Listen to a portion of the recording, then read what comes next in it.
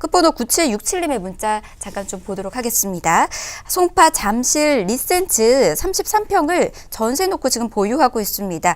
향후 전망이 궁금합니다. 이렇게 문자를 보내주셨습니다. 대표님, 지금 보유하고 있는 곳, 지금 전세 놓고 보유 중인 곳인데 이곳의 전망을 좀 궁금해 하시네요. 어떻게 바라보실까요?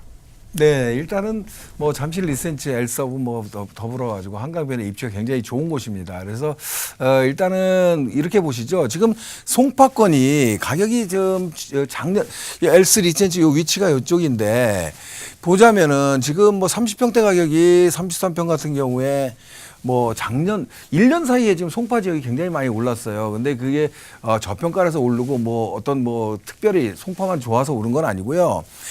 강남구하고 서초구 자체가 최근 2, 3년 전부터 계속 지속적으로 상승한 데 비해서 송파가 좀 상승폭이 좀 더뎠죠. 그러다가 뭐 작년 초에부터 가격이 좀 상승하기 시작해서 올 초까지 굉장히 많이 올랐습니다. 그래서 33평대 가격이 지금 뭐 작년 같으면 한 12억 초였는데 올 초로 갔을 때 한 17억까지도 갔었습니다. 여기가 결국은 뭐 1년 사이에 뭐 4, 5억 정도가 상승한 거는 굉장히 높았던 거죠. 그래서 상승폭이 좀 컸다. 그런데 지금 현재는 조금 호가가 내려졌습니다. 그래서 15억, 16억대 정도 이 정도 좀 거래가 이루어지는 것 같이 보여지는데 문제는 이겁니다. 지금 이 가격이 그 상승폭이 좀 하락세로 넘어갔다고 해서 이 지역의 입지가 바뀌는 건 아니에요. 그래서 지금 단기적으로는 그렇게 좀 좋은 영향은 없습니다. 이 아래쪽에 석촌역 송파역 근처로 해서 헬리오시티가 또 입주를 좀 곧 예정이 있습니다. 한 뭐 9,500세대가 입주한다는 거는 지역 내에서 굉장히 많은 입주 물량입니다. 그래서 이런 어떤 지역 내 신규 입주 물량이 굉장히 많은 거하고 또 지금 단기적으로 급등한 부분하고 이런 두 가지가 합쳐져서 조금 단기적으로는 좀 그렇게 상승폭이 이렇게 크지는 않을 것으로 보여지지만 전반적으로 이 지금 삼성동 지역하고 연계되는 잠실운동장하고 연계되는 마이스 개발 또 뭐 영동대로 지하공간 복합 개발이라든가 이런 것들이 직접 수혜집니다. 그래서 이러다 보니까 제가 개인적인 생각으로는 좀 중기적 이상으로 봤을 때는 충분한 한강변의 입지로서 조금 더 보유할 의미가 좀 있어 보이는 지역이다 이런 생각이 듭니다. 그래서 지금 조금 조정받는 국면을 너무 이렇게 크게 생각 안 하셔도 될 것 같고 조금 여유가 되신다면 중기적으로 한 4, 5년 정도는 더 보유해도 무방한 이런 리센츠 아파트가 아닌가 이렇게 좀 판단을 해봅니다. 자, 그럼 이번에는 문자 또 한번 봐보도록 할게요. 끝번호 5438님의 문자입니다. 송도에서 또 보내주셨네요. 최근 송도 신도시가 인기를 얻고 있다고 해서 투자를 지금 고민하고 있습니다. 괜찮을까요? 이렇게 문자를 보내주셨습니다. 송도 인기 굉장히 좋죠. 요즘 송도 쪽으로 나들이도 계획하고 있으신 분들도 좀 많이 있는 것 같은데요. 대표님, 투자 괜찮을까요? 송도 지역이 굉장히 좀 핫한 지역이고 또 이렇게 지금 관심도 많은 지역인데 그냥 전반적인 송도에 대한 그 질문을 주셔서 사실은 그 지역 내에서도 송도 내에서도 여러 가지 공구별로 뭐 유불리가 있고 또 선호도가 있고 또 비선호도가 있는 지역이 또 있습니다. 그래서 어떻게 말씀드리기가 좀 시간상 굉장히 좀 자세한 설명드리기가 좀 어려운 부분이 있는데 개략적인 얘기를 좀 드리자면 저는 개인적으로 지금 질문 주신 분이 투자 목적을 좀 얘기를 하셨는데 투자 목적이라 그러면 지금 들어가는 거는 조금 반대 의견입니다. 그래서 송도가 나빠서가 아니라 전반적으로 송도 지역의 지금 공급이라든가 이런 것들이 조금 뭐 과잉 측면이 좀 있습니다. 그래서 수요와 공급이 지금 이렇게 정확하게 좀 이렇게 좀 맞아지지 않는 이런 상황이라고 좀 보면 될 것 같습니다. 그래서 일단 결론적인 얘기는 투자 목적이라면 조금 보류하고 지역마다 조금 틀리긴 하지만 보류하고 들어가는 게 좀 좋을 듯 싶다 말씀을 드릴게요. 자, 그 이유는 조금 자세히 설명드리면 송도 신도시가 우리 다른 시청자분을 위해서 좀 지도를 보면서 말씀을 드리겠습니다. 송도 신도시가 지금 뭐 2003년도에 국제도시 지정이 돼서 사실 여기 2099부터 시작해서 2005년도부터 입주를 하기 시작했어요. 입주를 하기 시작해서 지금 지금 빠른 거는 벌써 10년이 훌쩍 넘었죠. 그래서 여기 오래된 아파트하고 지금 공급되는 아파트하고 지금 굉장히 차이가 좀 많이 나는 지역이기도 합니다. 그래서 초기에는 우리가 이게 국제도시에 기대감이 굉장히 많았지만 일단 국제도시라 그러면 국제 기업도 좀 유치를 해야 되고 여러 가지 외국인 자본도 좀 들어와야 되는데 사실 어려운 점을 겪은 게 2008년도 우리가 또 금융위기를 또 겪게 됩니다. 그래서 이런 이 금융위기라든가 이런 거를 직격탄으로 좀 맞다 보니 송도 신도시가 그렇게 당초 계획했던 만큼 지금 못 가고 있는 겁니다. 그래서 이런 부분들이 조금 어렵다 보니까 지금 현재 상태는 그래도 인구가 꾸준히 들어오고 있습니다. 그래서 지금도 송도 신도시를 가보면 완전히 이국적인 분위기에 굉장히 내부적으로 거주 여건은 상당히 좋습니다. 그런데 문제는 뭐냐면 외국 기업은 못 들어왔지만 뭐 포스코라든가 뭐 여러 기업들이 우리 기업들도 좀 들어가 있고, 그런데 그런 기업들과 이제 더불어서 학교라든가 이런 것들이 좀 많이 들어왔어요.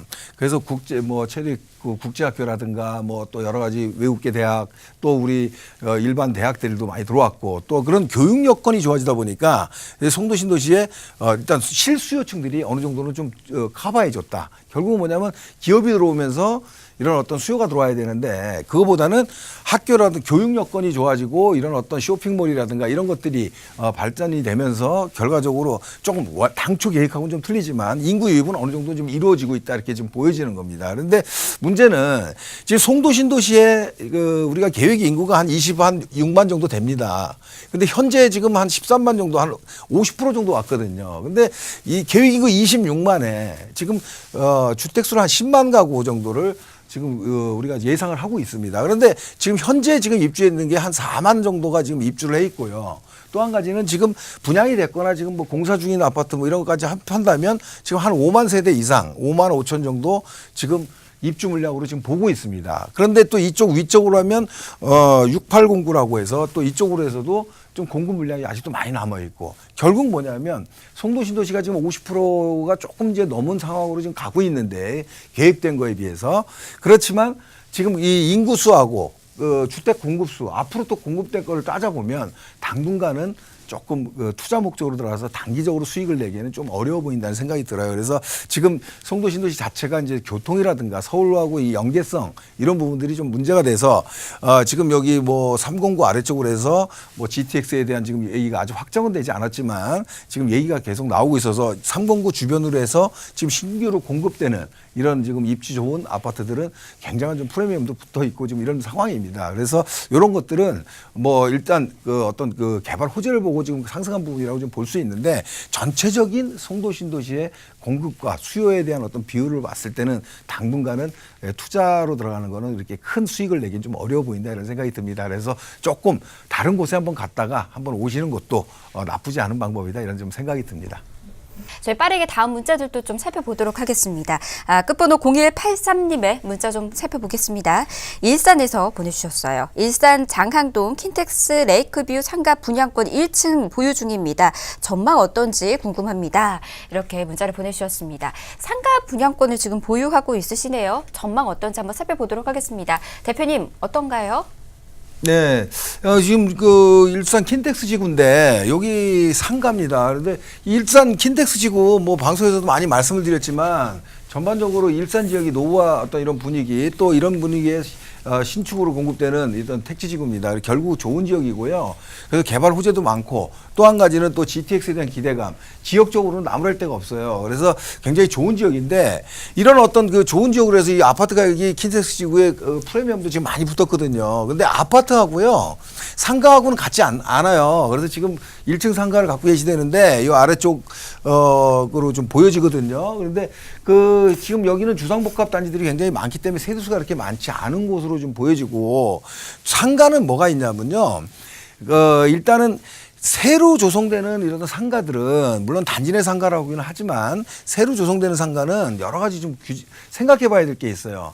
뭐냐면 택지지구 같은 경우에는 상권 예측이 굉장히 어렵습니다. 그리고 또 어느 정도 변화가 생길 확률이 굉장히 높아요. 그래서 이런 것들이 좀 불투명한 것들이 있고, 단지 내 상가라고 한다 그러면 사실은 이 어떤 규모가 좀 어느 정도는 있어야 돼요. 단지 규모가. 그래서 이런 부분들이 조금 전반적인 흐름에 있어서 아파트하고는 좀 틀린 양상이 좀 나올 확률이 높아 보인다, 이런 생각이 듭니다. 또 한 가지는 지금 이 상가 이 건너편 쪽으로 호수공원 건너편을 보면은 라페스타라고 또 이쪽 지금 이렇게 상권이 형성되어 있는 곳도 있어요. 요거하고 차이점이 뭐냐면, 지금 킨텍스 지구는 무슨 얘기가 있냐면 전반적으로 교통이라든가 이런 것들이 아주 원활하진 않아요. 킨텍스 그 역으로 해서 GTX는 굉장한 호재지만 연계되는 유동인구가 좀 많이 들어오고자 하면은 이런 어떤 3호선 주변에 있는 이런 데도 지금 아주 상권이 잘 발달돼 있는데 이런 쪽까지 상가가 이렇게 안정되게 가기 쉽지 않습니다. 그래서 단지 내 상가, 입지, 배후, 주거지도 많이 생각해 보셔야 되고요.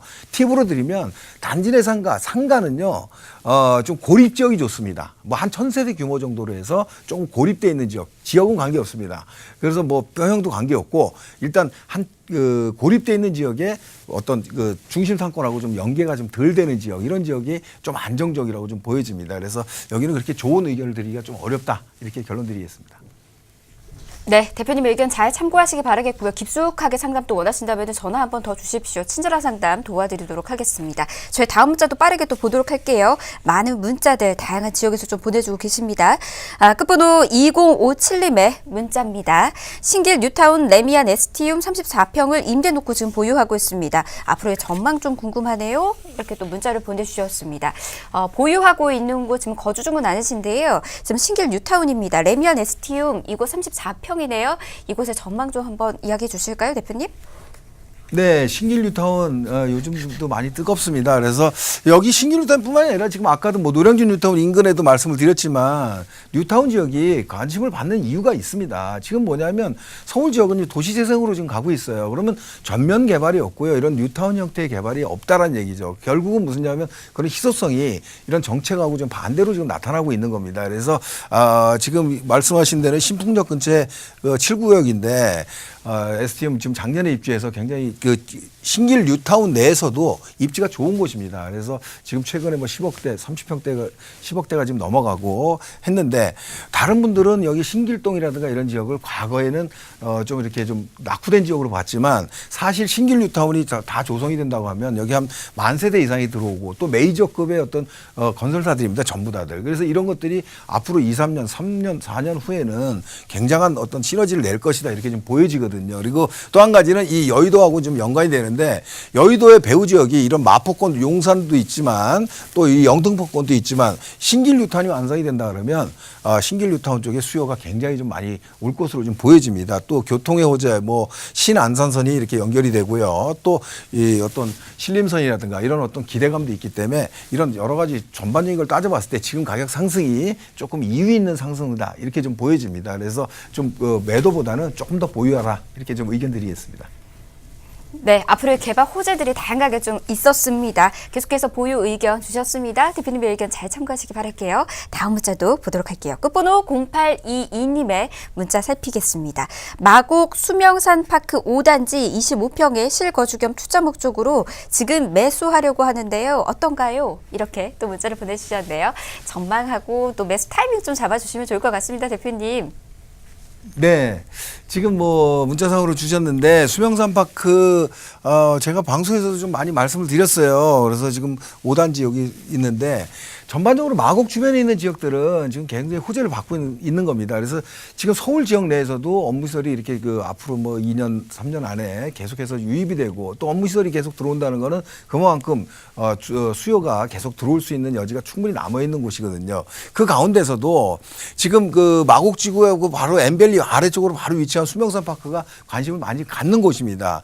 또 이 건너편에 우장산 힐스테이트라든가 뭐 아이파크라든가 뭐 강서 힐스테이트라든가 이런 지역들의 민영 아파트들도 굉장히 인기가 있는 곳이지만 결과적으로 수명산 파크 지금 생각보다 가격이 상승폭이 크다고 좀 생각을 하고 있는데 조금 더 상승 여지가 좀 있어 보이는 곳입니다. 직접적으로 마곡 엠벨리라든가 이런 마곡단지 아파트들하고 같이 연계되고 업무시설 또 여러 가지 뭐 이대병원이라든가 이런 것들이 들어왔을 때는 조금 더 상승 효과가 있습니다. 다만 지금서부터 상승, 지금 뭐 한 20평대가 여기 한 6억대 한 초반 정도 가는 걸로 보이는데 20평대 가격이 최근에 뭐 한 3, 4년, 4, 5년 사이에 뭐 한 3억 정도는 상승을 한 걸로 보여져요. 결국 이런 것들이 단기적으로 좀 급등한 거는 뭐냐면 투자자 입장에서 본다 그러면 전세가가 이 정도 상승폭은 따라와지지는 못했거든요. 그래서 결국 지금 과거에 뭐 3억대 한 2년 전에 뭐 4억대 한 초반 뭐 이렇게 갔을 때 이랬을 때는 갭 투자로 한 1억 정도면 투자가 가능했지만 지금은